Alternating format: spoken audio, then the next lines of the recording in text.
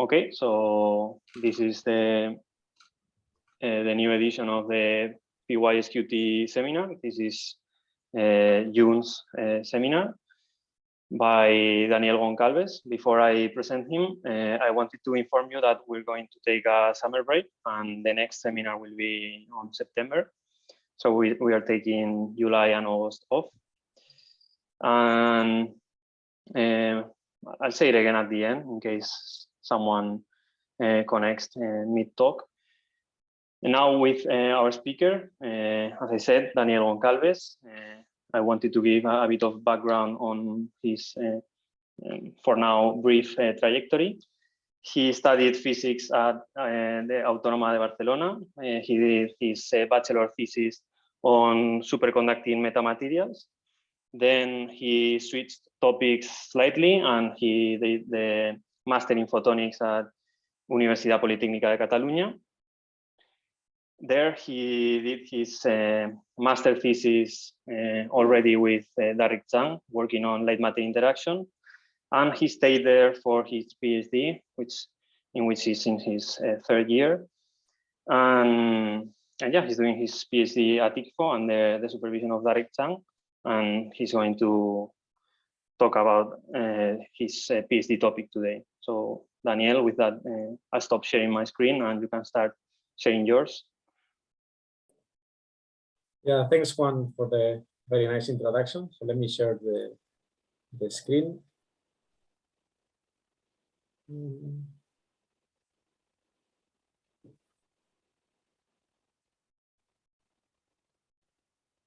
So now you should be able to see the slides. Yes. Okay. Yeah, we can. So well, yeah, thanks Juan for the introduction. I'm Daniel Goncalves. I'm a PhD student at the Institute of Photonic Sciences in Barcelona. I would like to start thanking the organizers for giving me the opportunity of sharing my work in this virtual workshop, and also for putting together these nice talks that hopefully can foster some interaction within the quantum community in Spain. In the project that I will show you today, we explore the combination of ordered atomic arrays and Rydberg interactions as a promising platform for quantum nonlinear optics. As you will see, I will show you that it's possible a priori to engineer photon-photon gates that have high fidelity and are very efficient with these techniques. Before I start with the presentation, I will just give a bit of overview of where I am.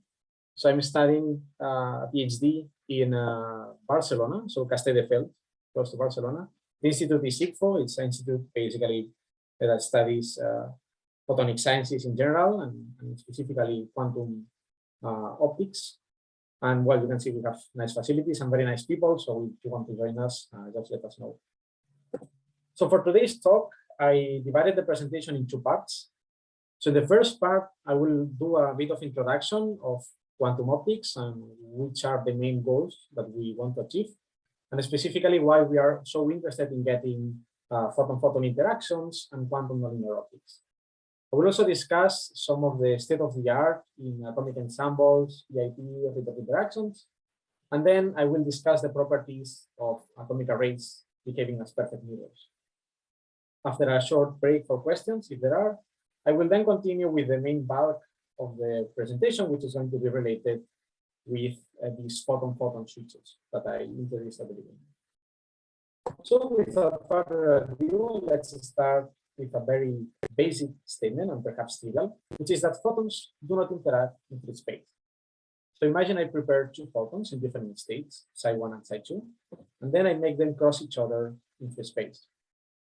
The result is that the states are going to be exactly the same. There will be no change in their optical properties, which means that the polarization, the direction of propagation, and other properties like the frequency will not change just because the photons are crossing. This lack of interaction makes photons good carriers of quantum information because there is no decoherence, but at the same time, it makes the processing of this information rather difficult. And therefore, at the end of the day, we will look for platforms that can mediate interaction between photons. By this, I mean some kind of system that, depending on the number of photons and the type of photons that are interacting with this system, will change the properties of the other photons in an interesting way.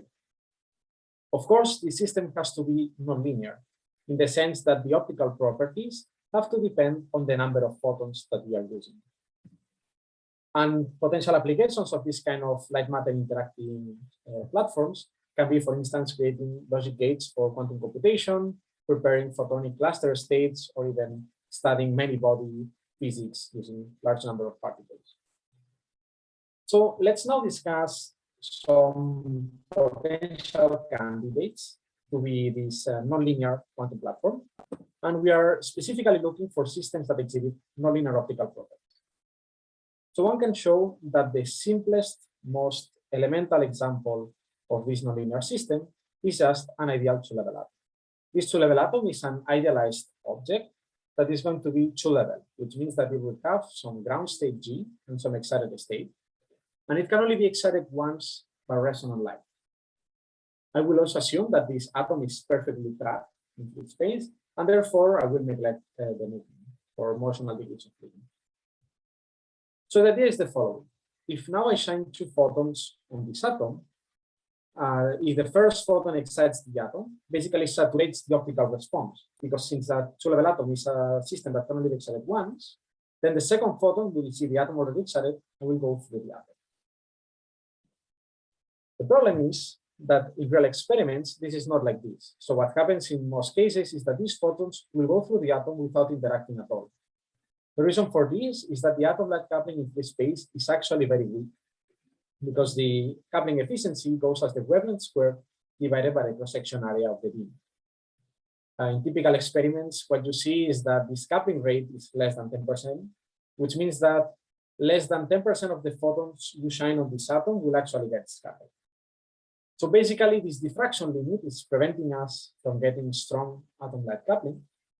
So how can we solve this? Well, there are several techniques you can think of. We can think of putting mirrors at the edges of at the sides of this atom, going towards cavity TeV, and then the coupling efficiency increases with the number of bounces that the photon has in this cavity.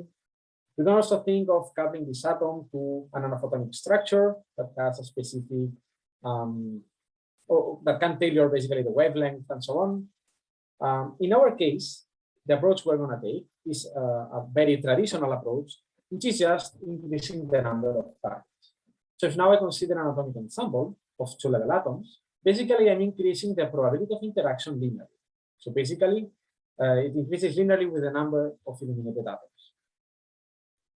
However, notice that although this increases the coupling, this makes the nonlinearity actually very weak, because in order to observe a nonlinear process, I will need that two photons scatter the same atom at the same time.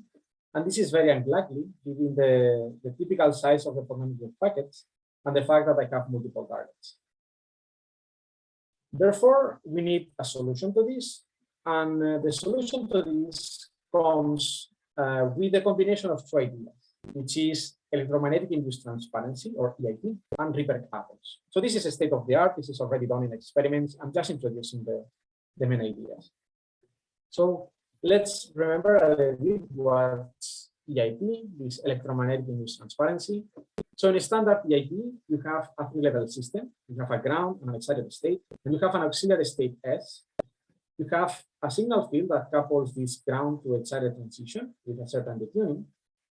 And then you have a control field that couples this auxiliary state with excited state, also with some detuning.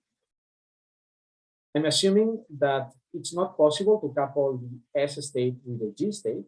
And I'm also assuming that photons can only spontaneously decay from the E state. So basically, the only dissipation can occur from a photon spontaneously being emitted from the excited state to the ground state. Okay, so the main idea of EIT is to basically have an adiabatic passage from G to S without populating the excited state. In other words, if you write down the Hamiltonian of this system and solve the Heisenberg equation for the operators, you can show that the expectation value of the population in the excited state follows this equation. And the only important thing here is that there is a specific frequency when this delta equals delta C, in which the population in the excited state is 0. And this is actually very useful, because if you don't populate the excited state, no photons can decay from there. And therefore, what you have is a system that is non-dissipating. In other words, you can have a system in which the atom behaves as if it was transparent. So this also applies when you consider atomic ensembles, although it's a little bit more tricky, but the same idea holds. And the idea is that if you can satisfy an EIT resonance, these photons will be able to propagate with this system, hybridizing with an excitation in the S state, but without actually populating the excited state. So there is no dissipation. And these photons will propagate as if the medium was transparent, more or less, with a little bit of technicalities. But for us, and for the extent of this talk, we can assume that the medium behaves transparently. Of course, if you are out of this EIT resonance, you go back to the picture of these atoms interacting with the photons and this high atom-like coupling efficiency. So we have a system that has two different modes, let's say. So one mode in which it is transparent by satisfying an EIT resonance, and it's highly scattering by not satisfying that. So it would be really cool if we could trigger this transition from these two states by means of a photon.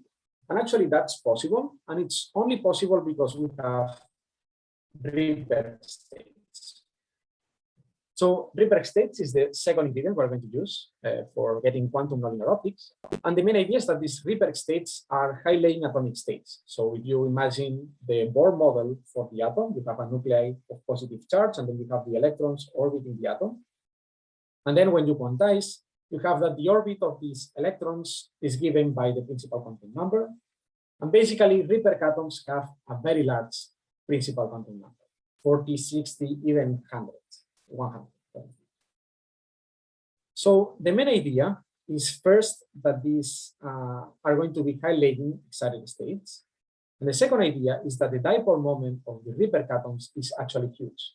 This makes sense because if the dipole moment is just the distance between the charges times the charge, basically since now the orbit is bigger because of the principal quantum number, it's normal to think that the Rydberg atoms will have a huge dipole moment. This actually gives rise to something called van der Waals interaction. So this is what I will call Rydberg interactions. And it's a form of dipole-dipole interactions that is actually really strong. As I will show you in a few seconds, the typical values of this interaction actually exceeds the ones that you have in the E to G transition. And we are going to use this in order to change the optical properties of the medium. So for now, we are only going to be interested in three properties of Rydberg states. So the first property is that they have a very long lifetime. So basically these lifetime scales with the inverse of the cube of the principal quantum number. Just to give you some values, the typical transition in rubidium that is used in experiments has 10 megahertz. For a Rydberg atom in n equals 50, you get 10 kilohertz. So it lives 1,000 times longer. The second property that is going to be useful is that since they have a large dipole moment, they also can exhibit strong interactions. So typical dipole-dipole interactions for atoms in the excited state is of this order of 0.1 megahertz when they are separated 1 micron. And for Rydbergs, it's bigger because this is kind of a virtual transition. So it's not like a photon exchange, but kind of a forbidden transition because there is an energy mismatch. So basically you get much stronger interaction. And finally, the third property is going to be this large area of effect. Since the interaction strength is larger, what you get is that atoms can affect atoms further away. And we're going to use this because the typical area of effect of these Rydberg atoms can be of hundreds of micrometers squared, which is comparable to the size of optical clouds or atomic ensembles. So now let's combine electromagnetic induced transparency and Rydberg interactions. And the result of that is Rydberg EIT. The main idea is the following. So first you have this level scheme for the atoms. You have one ground state and excited state. And you have a control field that is coupling the transition from the excited state to a Rydberg state. You are interested in the propagation of the photons in the G to E transition. And by satisfying an EIT resonance condition, these photons can propagate through the medium as if the medium was completely transparent. This is the EIT that we saw before. The catch is that now you're hybridizing with a Rydberg excitation. and something called blockade effect can occur. The idea is that since these dipole-dipole interactions between Rydberg atoms can be so strong, they can shift the energy levels of the nearby atoms and can prevent other atoms to actually access to the Rydberg states. This is usually done for photon-photon gates exploiting this technique. And the idea is that if two photons were to propagate very close to this cloud, the first one is going to see a transparent medium because of the EIT resonance condition. However, the second one will be the Rydberg excitation created by the first, because even if you are not populating the excited state, by propagating in this medium, you are kind of populating the Rydberg state. So you create some kind of a region within which atoms cannot be excited to the Rydberg, and this breaks the EIT resonance condition for the second photon. Then the second photon basically sees a highly scattered medium and gets scattered into random directions. So with this, we see that the system is very nonlinear, in the sense that with just a single photon, we can modify a macroscopic region in our system. However, what's the catch? The catch is that the resulting system of the blockade is highly dissipative. This photon gets scattered into random directions and is lost most of the time. Typical experimental values for photon pair loss exceed 90%, which means that less than 10% of the times you get actually a gate that works deterministically. And just to give some scalings, the best known scaling error for, the best scaling for a photon-photon gate error is around this blockade reduced to the man of Goncalves. And that's kind of the main problem that these kind of platforms can exhibit. So it's the main limitation towards implementing these physics into technology. So just to sum up, we have seen that we have different candidates to have this kind of nonlinear platform to mediate photon interactions. We showed a two-level atom that was nonlinear but had poor atom-like coupling efficiency. We have atomic ensembles that have good efficiency in the coupling, but they are linear. And we have also seen Rydberg EIT, which basically is nonlinear and has good coupling, but the problem is that it's dissipative. So how can we solve this dissipative nature of Rydberg EIT? In order to answer this, we're going to combine two main physical ideas. So the first idea is that a two-dimensional array of atoms can behave as a perfect mirror for light. And the second idea is that by storing a Rydberg excitation, you can create an aperture in this mirror that will allow the transmission of light. So in the first part, I will discuss now which are the properties of these mirror arrays of atoms. And the idea is the following. So imagine that you have an infinite array of atoms in which atoms are ordered periodically like this. And then you incite a plane wave with a specific A vector into this plane. And now you want to ask which is the optical response of the system. The idea is that since the atoms are ordered, the spatial periodicity defines diffraction orders. This basically means that light can only be scattered in very specific directions, which I symbolize by these green arrows. This is similarly to what happens in bragg diffraction, in which interference between all atomic emissions create these very well-defined directions. So this is not surprising. But the interesting thing is that if you consider sub-wavelength atomic spacing, so basically the distance of the atoms is smaller than the wavelength of the light that you're using to drive the system, most of these directions become actually evanescent, in such a way that now light can only be emitted either in the transmitted or reflected direction.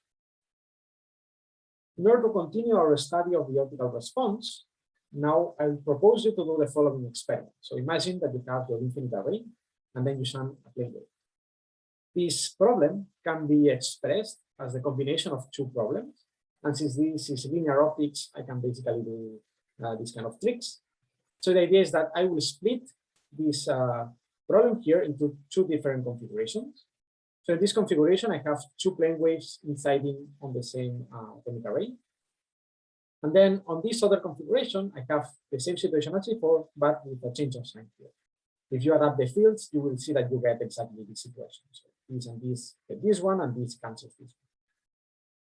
So now if I study the optical response, I can ask what is the outcome of such experiments. And what I see is that this array basically behaves on resonance as adding a phase. So basically the fields get a phase by propagating through the system. And here what happens is that there is total destructive interference in the plane. So basically these fields cancel each other and the atoms don't get excited. So basically I don't acquire any phase here. If now I combine these two outcomes, what I see is that the only possibility is that if I shine light on resonance on this array, I will always get perfect reflection. So this is what I will call a two-dimensional mirror, the thinnest possible mirror using atomic ensembles. And the idea is that you have a system that has perfect reflection, so it reflects all of the incoming photons back into the same mode with 100% interaction probability, and also it's lossless. Lossless in the sense that light cannot be scattered in random modes, but you know very well which mode is being scattered, so you can actually capture it very well. So okay, one can argue that this was for an infinite array, but one can show that this also works for a finite-sized system. So if now you consider a finite array, there are two potential sources of error. So the first error can come from the fact that the light can leak through the edges of the array. So you can imagine that if you shine a Gaussian beam with a very big beam waist, light can leak through the edges and therefore not get reflected. So in this sense, you want to have a beam waist that is actually smaller than the ray size. But at the same time, if you focus too much, you lose on these collective effects. So you want to have several atoms being illuminated in order to exploit this storage efficiency, this reflection, and this basically this mirror effect only works if you have multiple atoms illuminated at the same time.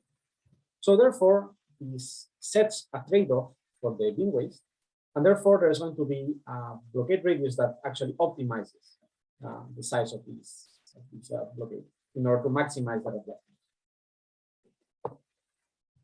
So here I'm showing you a numerical simulation of the optimal reflectance after optimizing the beam waist and frequency of the incoming fields. And as you can see, basically you get really almost perfect reflection for small arrays. So this is a 10 times 10 array, you should get like almost 99% reflectance. So this adds another tool to our toolbox for this kind of nonlinear platforms. So we have seen that this mirror behaves very efficiently when coupling to light, and it's also non-dissipative. But now the question is if this mirror is nonlinear. So here I will do a small break for questions and leave you with the cliffhanger. So I don't know, Juan, if we have some questions. If not, I can continue, but I think it's a good moment for questions. I mean, we can wait a few seconds, and I have some. So if you want to, I can start. Okay, this one is super basic, but when you explain the three-level atom, yeah, I don't know if you can go back to that slide.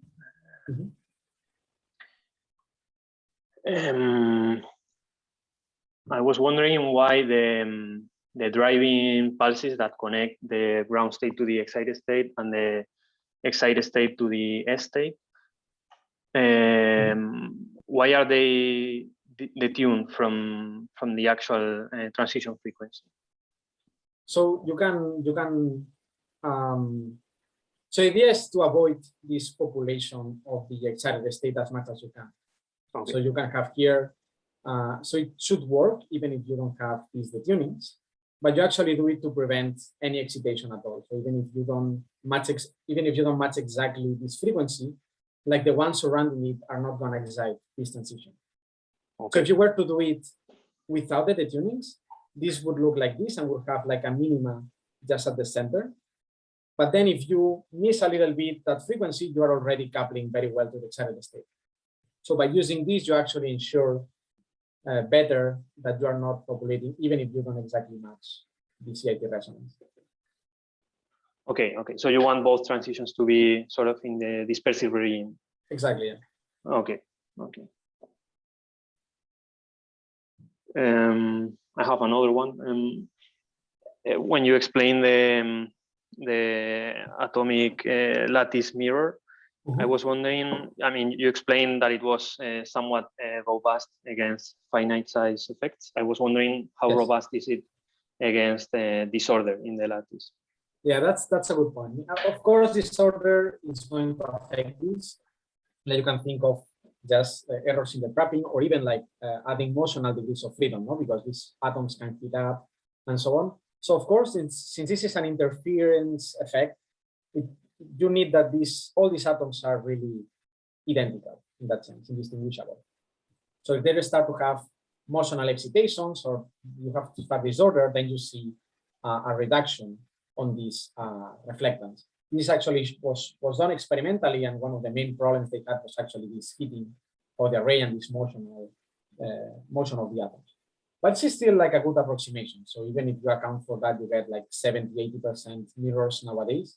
So I think they think they can push forward. So it should be possible to get better and better arrays over time. But yes, that's certainly always one of the main limitations.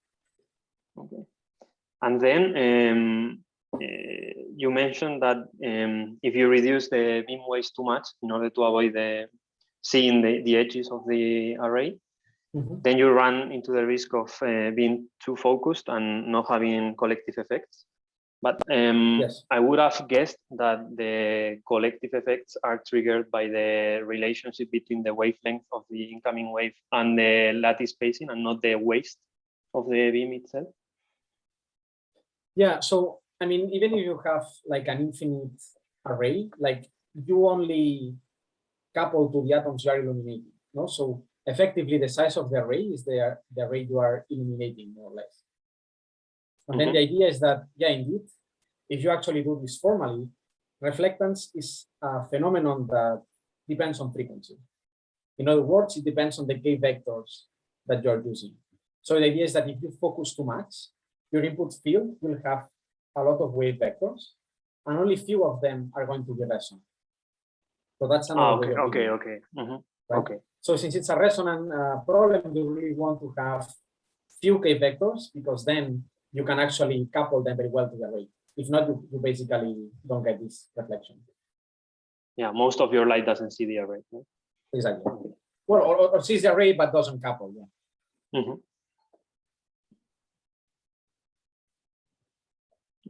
Okay, I guess you continue. Yeah, thanks, Juan. Okay, so now let's continue. And just to recover a bit. So what we did was we're proposing a light matter interacting platform that exhibits quantum nonlinear optical properties that is non-dissipative. So we have seen the first ingredient, which was the mirror array. And we were wondering if this mirror array could actually have nonlinear properties. So in order to study this, we'll first do the theory slide. So we'll just introduce a bit how we calculate things. So basically what we do is we start with the full atom light Hamiltonian, and then we trace out the photonic degrees of freedom in such a way that we get a master equation for the atoms that looks like this. This master equation has a Hamiltonian or effective Hamiltonian term that looks like this.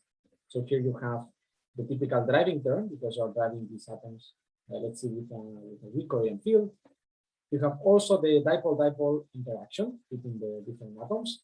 This is basically photon-mediated interaction. So one atom emits one photon, and this photon is captured by another atom. This is captured by this term. And here, these are the detunings and the decay rate of the individual atoms. And finally, you have some jump term, if you think in this quantum Monte Carlo formalism, that will not be very relevant, because we will work with weak fields and not too excited states. So the number of excited atoms is very small, and the average population in the atoms is very small. You can neglect this jump term. And also, for the fields, to recover these photonic degrees of freedom, we use an input-output formalism. This idea is based on the fact that at any point in space, the total field is just the addition of the input field plus the field scattered by the atoms. And this also holds true in the quantum version. So basically what you have here is this input-output equation, where the field at the detector, in this case, is given by the input field plus the field scattered by the atom. Here, what I have done also is I have projected the spatial pattern of the field to the field of the detection. So basically, I detect in a specific optical mode.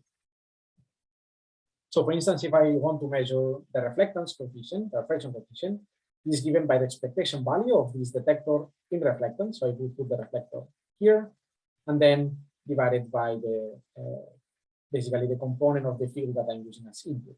And you will get an expression of it. I mean, these things you can do analytically before you transform these equations. Okay, so having said this, let's study the nonlinearities in the method. So in order to study nonlinearities, I'm going to introduce the second order correlation function, which is this G2 parameter that is basically connected to the likelihood of measuring two consecutive photons in reflectance. So basically, what's the probability or likelihood that I will measure two photons at the same time? This is calculated here, and then the idea for us is that if this G2 is close to 1, we will say that the system behaves in a linear way because the reflectance of one photon has no effect on the reflectance of subsequent photons. On the other hand, if this G2 is smaller than 1, we will go to a nonlinear regime. So let's now imagine which is the nonlinear processes that can happen in the system. And perhaps the first one that comes to mind, and probably the only one, is a situation in which two photons scatter the same atom at the same time. And the idea is that if one of these photons excites one atom, this creates a small aperture into the mirror for the subsequent photons. So now you have like a small defect in your mirror that facilitates the transmission of subsequent photons. This can actually be observed in the second order correlation. Here I'm showing you how much does this G2 parameter deviate from 1 as a function of the number of illuminated atoms. And as you can see, the scaling that you get is something that goes as 1 minus 1 over the number of illuminated atoms. This is roughly the probability of hitting the same atom twice. So you can see that everything more or less makes sense. However, there is an important result that comes from here, which is that, as we discussed before, mirrors require to illuminate multiple atoms. So you want to illuminate as many atoms as possible. But at the same time, if you do so, you basically wash out any nonlinearity in the system. In other words, in order for the mirror to reflect photons efficiently, you will actually make it very linear because you have to illuminate many atoms. So that's a main problem for this mirror. We cannot use it as a nonlinear platform. And now we can wonder, how can we increase this nonlinearity? And to do that, we're going to recycle ideas from before. Before, we had an atomic ensemble that was very linear, but after adding Rydberg interactions, it became very nonlinear. No? Because with just a single photon, we were able to modify a macroscopic region or the optical properties of a macroscopic region in our system. So in this case, we can argue that if you combine atomic ensembles and Rydberg interactions, you can actually make this mirror to be very nonlinear in the same way that we did before. So I will just review very briefly EIT. So in the standard Rydberg EIT, you have this level configuration that we saw before. You have one photon that hybridizes with a Rydberg excitation. And the presence of the Rydberg excitation basically creates a blockade effect that shifts the other Rydberg states and therefore allows the transmission of subsequent photons. Basically prevents any excitation to Rydberg state and not the subsequent photons see a two-level system. If you apply this to the mirror array as it is, basically what happens is that if you don't have any Rydberg excitation in your system, basically you have no Rydberg states, you are in EIT resonance and you have high transmission. So the photons can propagate in the system, because if you have an EIT resonance, which I'm assuming you don't have, then you will go as if there is no array. However, if you excite a Rydberg state, then you break the EIT resonance and now the array becomes very reflective. So that's one way of including nonlinearities. In our case, we're going to use a slightly different approach, which is completely equivalent to this one. which is called Rydberg dressing. So in Rydberg dressing, what you have is this control field far detuned from resonance, very far detuned.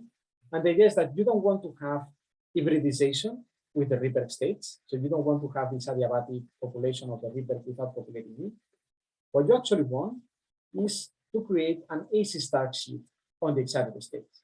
So as you know, when you drive a transition far from resonance, you can create a shift in the energy levels that depends on the detuning and the driving strength.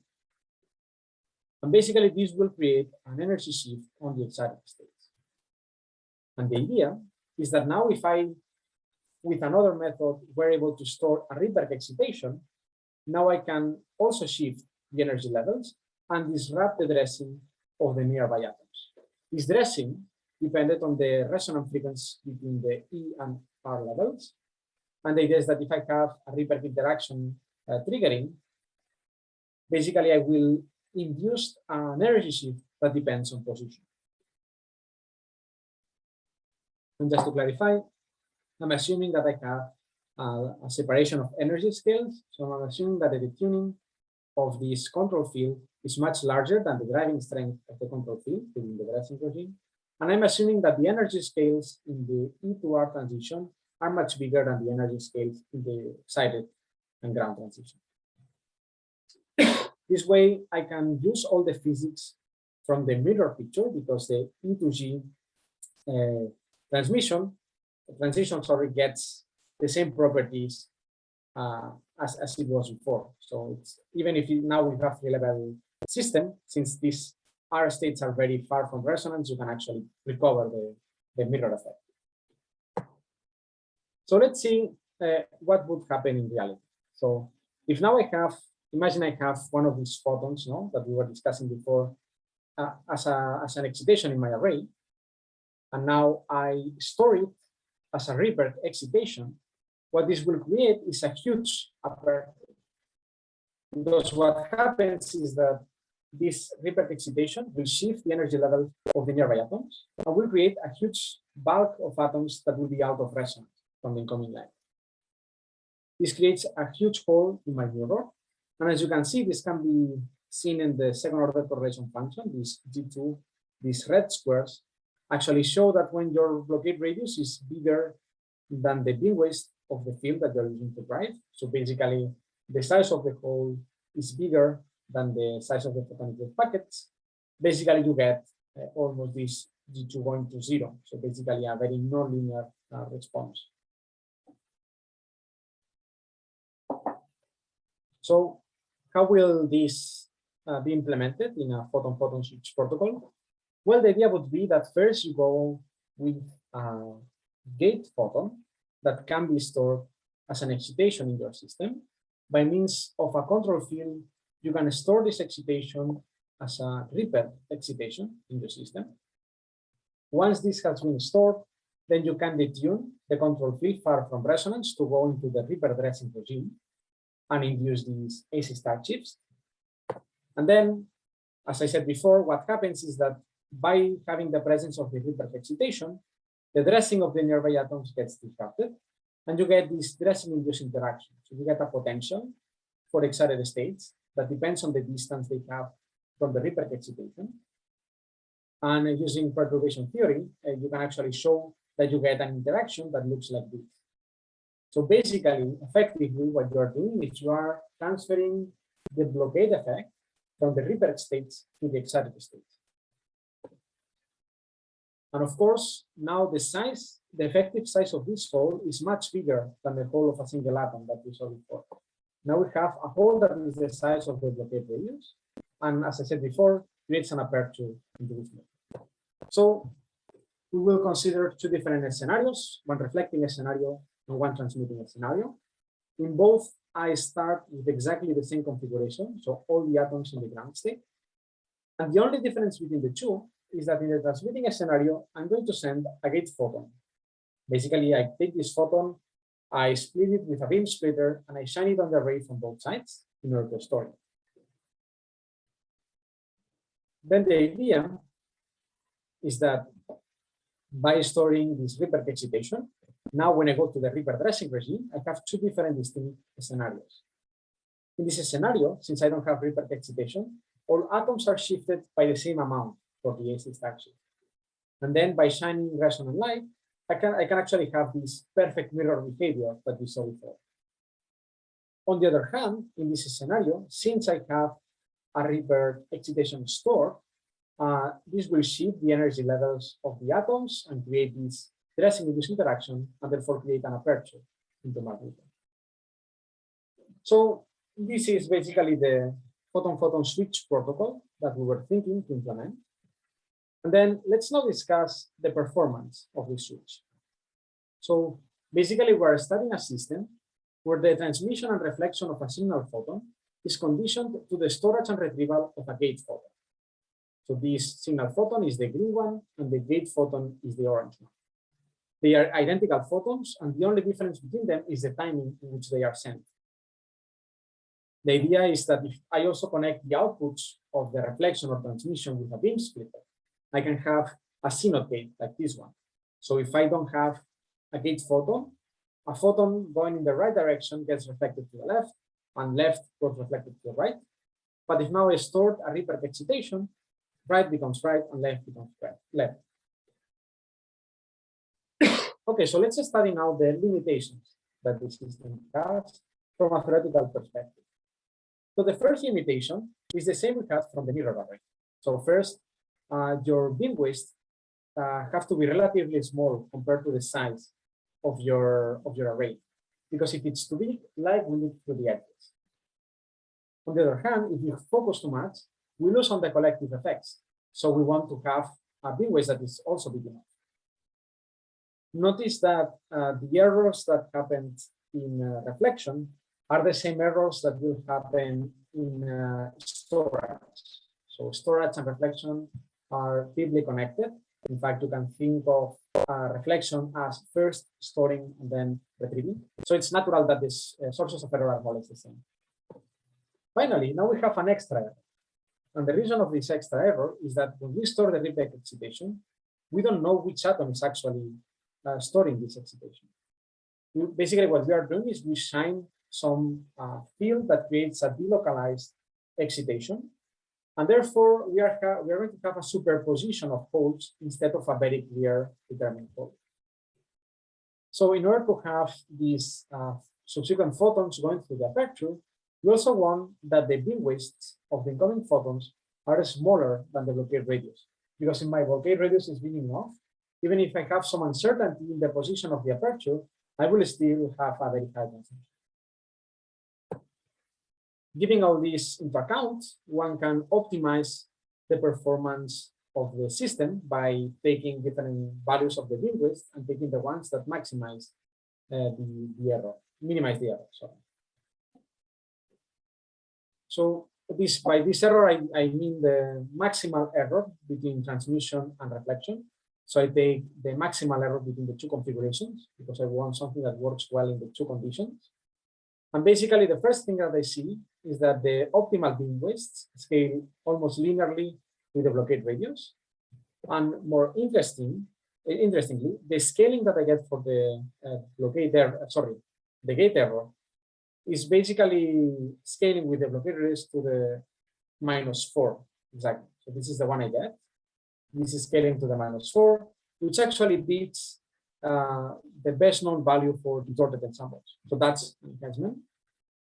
And on top of this, one can show that by using realistic experimental values, it should be possible to have efficiencies above 95% for 2 photon gates. So I hope that with everything I've discussed, I managed to convince you that using Rydberg atoms and two-dimensional atomic arrays can actually lead to very powerful platforms to study quantum nonlinear optics, in which you have systems that are nonlinear, have efficient atom-like coupling, and especially are non-dissipative. Finally, I would like to acknowledge my group at ICFO, the Theoretical Quantum Nanophotonics group. I would also like to thank especially Mariona, who was a postdoc in the group and was very involved in the project, and also my supervisor, Barry. I also want to say that we have job opportunities. If there are some PhD students or postdocs that want to join us, just let us know. And with that, I would like to thank you for your attention.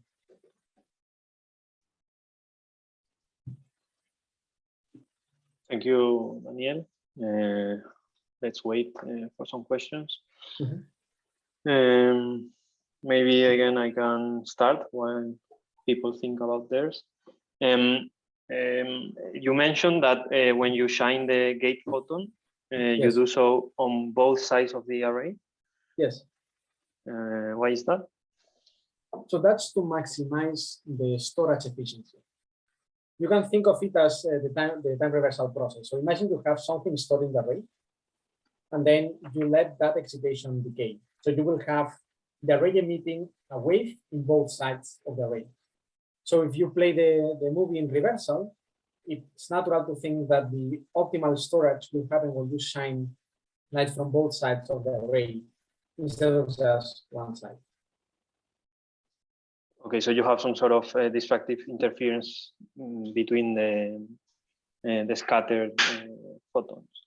Well, it's like if you only shine from one side, you can only get 50% efficiency maximum in storage.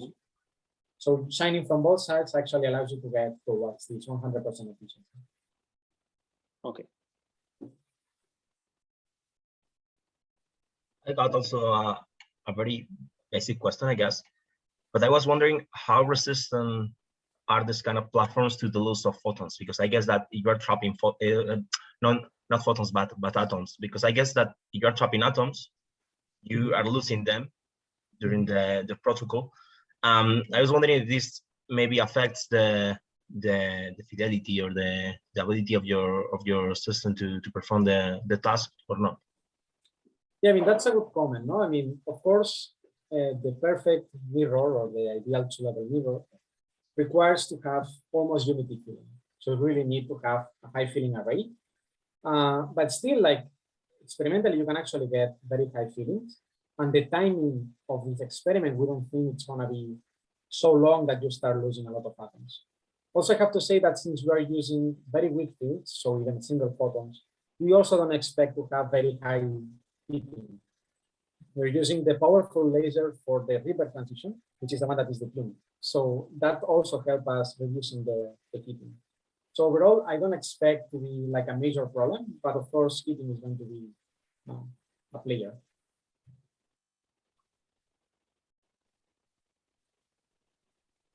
Is this going to be tested experimentally?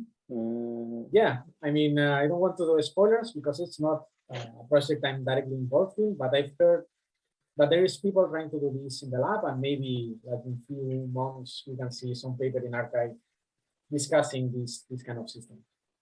Okay.